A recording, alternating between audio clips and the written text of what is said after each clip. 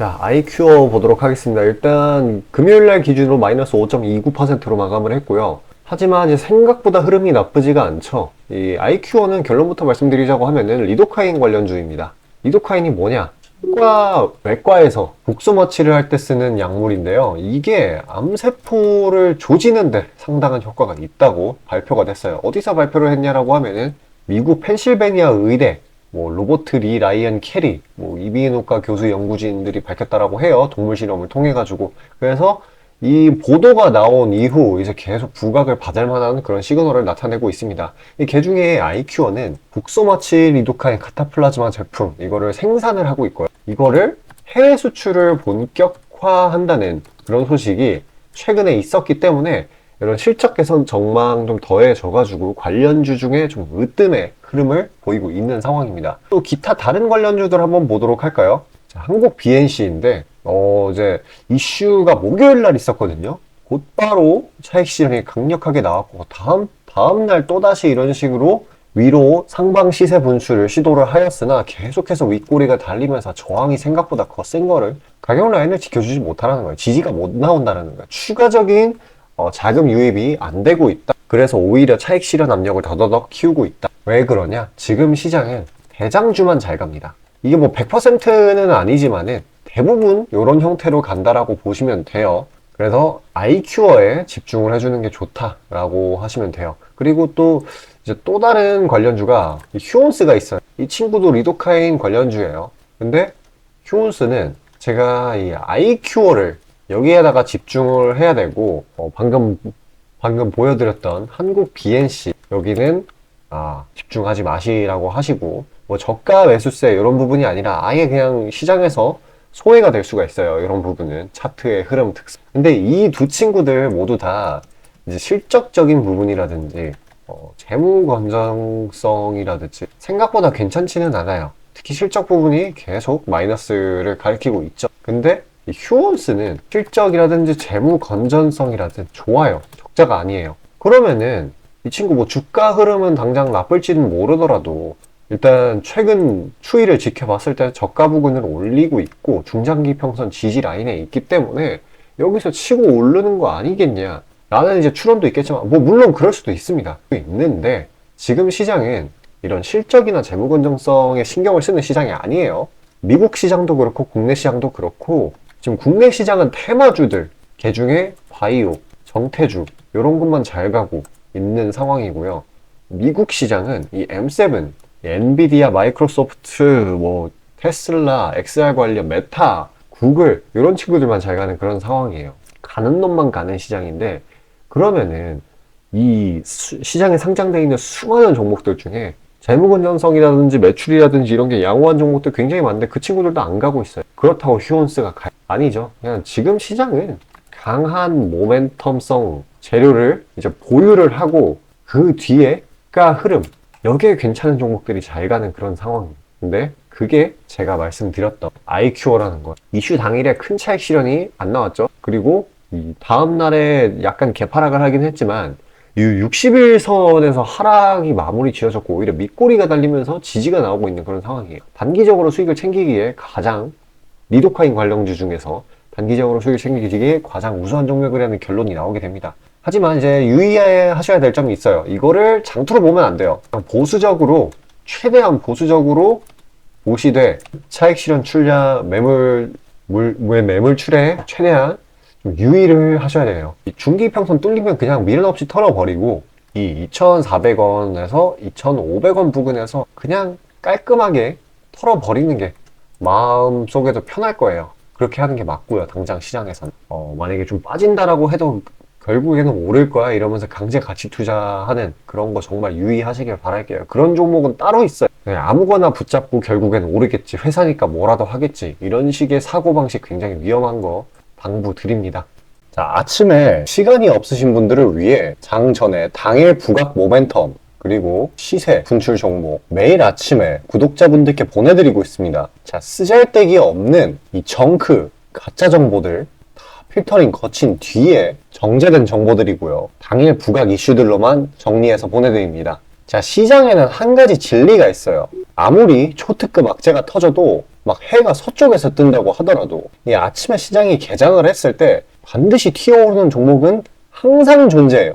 그래서 이러한 특성 때문에 장초 개장 시간 1시간 동안만 매매를 하고 나머지 시장은 관망을 하시는 분들도 상당히 많으시죠. 근데 만약 내가 스윙이나 장투를 지향한다고 해도 이 가장 활발한 시간, 개장 후 1시간대를 놓치는 거는 합리적인 투자 관점에서 보면 너무나도 아까운 일이에요. 자, 장 초반에는 뭐 기본 수급, 세력의 움직임, 전일 모멘텀 등등 다양한 요인들, 그중 단일 요인만 가지고도 이 수익 구간을 충분히 내주는 일이 허다하죠. 나중에 빠지는 건 둘째 치고요. 그런데 이 개개인이 수많은 종목, 이 시장에 상장된 종목이 얼마나 많이 있습니까? 그 많은 종목에서 이러한 요소들을 다 파악하려고 막 분석을 해서 수익을 잡아내기는 상당히 난이도가 있어요. 이 단적인 예로 이 시장의 정보 재료라고 할 만한 것들이 날마다 아침에 보면 수도 없이 많이 쏟아져 있어요. 그래서 그 개별 재료들의 높고 낮음, 중요도, 이게 앞으로 주가에 어떻게 적용될 건지 개인이 파악하는 거 사실 불가능에 가깝다라는 거. 물론 경력이 쌓이신 분들은 가능하겠죠. 하지만 모두 다 그런 건 아니지 않습니까?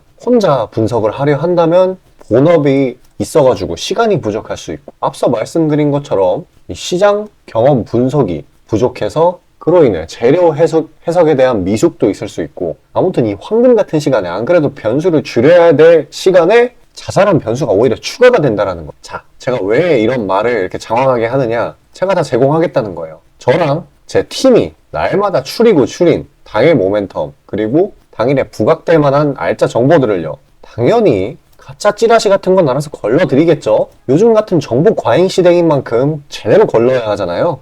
승률이야 말할 것도 없습니다. 만약에 적중률이 낮다라고 한다면은 이 많은 분들이 계속해서 정보 받아보고 있지 않을 테니까요. 비중, 진입가, 손절가 다 제시해서 안내드리고요. 정말 중요한 손절가까지 매번 철저하게 다 챙기고 있습니다. 처음부터 끝까지 이런 식으로 다 떠먹여드린다는 거. 자, 그리고 정말 중요한 얘기인데, 이 시장에 100%라는 건 없어요. 그래서 날마다 수익이 난다라는 거는 정말 말도 안 되는 일이죠. 저도 100% 장담 못 드립니다. 하지만 팩트를 말씀드리면은, 저는 매번 분석의 분석을 통해서 진짜 머리가 갈릴 정도로 분석을 해서 분명히 높은 수익률로 시장에서 살아남아오고 있어요. 손절, 비중 관리 철저히 해가면서요. 포트폴리오 전체 수익률을 우상향시키고 있단 말입니다. 그래서 이렇게 말씀드릴 수가 있어요. 저를 꾸준히만 따라오신다면은 여태 해오셨던 것과는 전혀 다른 돈의 흐름, 그게 뭔지 맛보여 드리겠습니다. 자, 이 주식시장에서 돈을 어떻게 벌어가는 건지 알게 해드리겠다고. 신청 방법 어려운 거 없어요. 지금 화면 상단에 나오는 제 번호로 문자 남겨주시면 한 분 한 분씩 다 안내드릴 거예요. 그래서 내가 만약에 종목만 원한다고 하면은 종목만 받아보시면 되는 거고, 주식 관련 질문, 당일 시장 리포트 이런 거 다 가능합니다. 다 제공해드려요. 당연히 무료고요. 금전 요구 일체 없습니다. 저는 그냥 정보랑 종목만 제공해드리는 거니까요. 다시 한번 강조드리지만 화면 위 제 개인 번호로 연락 주시면 되겠습니다. 자, 시장 파악 한번 하고 가겠습니다. 일단 금요일날 저녁에 뉴욕 증시, 이때는 블랙 프라이데이를 맞아가지고 혼조세로 마감을 했어요. 일단 이 목요일날 저녁에 우리나라 시장 기준으로요, 목요일날 저녁에 추수감사절 연휴로 휴장을 했고, 금요일날은 블랙 프라이데이의 영향으로 오후 1시 이때 마감을 했거든요. 그래서 거래량이 상당히 적었던 것도 혼조세에 일정 부분 영향을 줬다라고 보고 있습니다. 일단 우리나라 시장은 보게 된다라고 하면은 이런 식으로 코스피와 그리고 코스닥 둘 다 약한 하락 마감을 했고, 상대적으로 코스피의 하락폭이 컸었는데 이런 부분은 2차전지라든지 반도체 대형주들이 일정 부분 차익 실현이 나오면서 코스피가 상대적으로 더 많이 떨어진 걸로 보시면 돼요. 2차전지의 경우에는 이 트럼프 당선될 시에 IRA 이거를 폐지해버린다, 그런 소식에 일정 부분 약세를 보였던 걸로 보고 있고요. 이 반도체의 경우에는 단기 사이클 조정을 가지는 구간이기 때문에 어쩔 수 없이 이 정도로 마무리가 잘 되었다고 보고 있어요. 그렇다고 하더라도 일단 장기 평선 위로 이제 올라와 주기는 했기 때문에 이제 금방 반발 매수세가 들어올 걸로 보이고요. 그리고 지금 2500 피겨점을 살짝 아래로 뚫은 그런 상황이기 때문에 피겨 지지리도 어느 정도 역할해 줄 거라고 보고 있습니다. 시장이 딱 진짜 산타랠리 직전 정말 재미없는 타이밍이에요. 매수나 매도세 이 모두 약한 그런 상황이고 신규 자금이라는 것도 딱히 없어요. 따라서 이 큰 세력이 한번 돈을 이제 투입을 하게 된다라고 하면은 방향이 잡혀버리는 그런 형태가 자주 보이고 있어요. 물론 별로 이제 시총이 그리 크지 않은 종목들 위주로요. 그래서 지금 정치 테마주들이 굉장히 강한 거고 바이오가 강한 거고 기존에 이런 추세를 형성을 했었던 테마주들 뭐 로봇 테마라든지 뭐 AI 이런 친구들이 생각보다 안 가는 거는 큰 손들이 그쪽에다 돈을 당장은 넣고 있지 않기 때문에 보시면 됩니다. 그리고 중요한 게 이 금융 환경 지금 이제 금리 인상에 대한 인하에 대한 기대감이 계속 생기고 있는데 당장은 고금리 환경이 맞잖아요. 아직은 내리지는 않았습니다. 그렇기 때문에 기업 입장에서 투자를 못하고 고용도 못하고 배당도 못 주고 그리고 특히 우리나라 기업들의 경우에는 자사주 매입 소각을 거의 안 하죠. 그렇기 때문에 뭐 우리나라 시장뿐만 아니라 미국 시장에서도 이 M7, 매그니피센트 7이라고 7개의 거대한 기업입니다. 엔비디아, 테슬라 그런 친구들 있잖아요. 일단 뭐 분야를 나눈다라고 하면은 AI 쪽, 그리고 자율주행, 그리고 XR은 뭐 메타 이 정도가 있을 수 있겠고, 자율주행은 모두가 아시다시피 테슬라, 그리고 AI는 뭐 엔비디아, AMD 이런 친구들. 대부분 빅테크 기업들. 그래서 이런 친구들만 어떻게 보면은 잘 가고 있는 상황이에요. 이 친구들 이제 고용도 계속 하고 있죠. AI 전문가 계속해서 고액 연봉을 주면서 영입을 하고 있으니 다들 마찬가지입니다. 그리고 괜히 매그니피센트 7이 아니에요. 회사 자금이 빵빵하기 때문에 배당도 주고 투자도 막 하고 자사주 매입 소각도 하고 그렇기 때문에 이제 우리나라 국내 기업들 어떤 방식으로 지금 매매를 해야 되냐 이거를 감안을 했을 때 이 라인에 있는 이 기업들의 밸류체인의 하위 단계 아니면은 그 밸류체인 내에 있는 그런 종목을 하는 게 맞아요. 뭐 AI라면 HBM, 자율주행이라면 또 관련주, 또 XR 관련주 이런 식으로요. 그게 아니라고 하면은 굉장히 봐야 하는 그런 상황이에요. 이런 것들은 좀 눌리는 구간에서 관련주들은 이 M7 관련주들은 최대한 눌리는 구간에서 들어가 주고 일정 부분 보유 기간을 길게 잡아주는 게 맞고요. 그 이외의 종목들, 뭐 정치 테마주 아니면은 신규 상장 종목들 굉장히 잘 가고 있잖아요. 그런 친구들은 최대한 짧게 봐줘야 됩니다. 그 정태주 특성상 빠르게 이슈아웃이 되는 것도 물론 있기는 하지만은 이런 이 M7 관련이 정확히 아니라고 하면은 길게 보는 거는 현명하지가 않은. 정말로 진짜 이제 국내 기업이 테마주 특히 이제 급등하는 종목들을 굉장히 좋아하기 때문에 좀 이상 현상이 자꾸 생기고 있어요. 근데 이런 거 잘못 물리면은 진짜 뼈 아픕니다. 그러니까 최대한 짧게 보셔가지고 수익 보는 거 좋아요. 그러니까 제가 뭐 가치주만 하라고 하는 게 말씀드리는 게 아니고 그 종목에 따른 종목 그리고 섹터에 따른 전략이 있는데 그냥 오를 때까지 주구장창 기다리기만 하시는 분들이 너무 많기 때문에 그러지 마라고 말씀드리는 겁니다.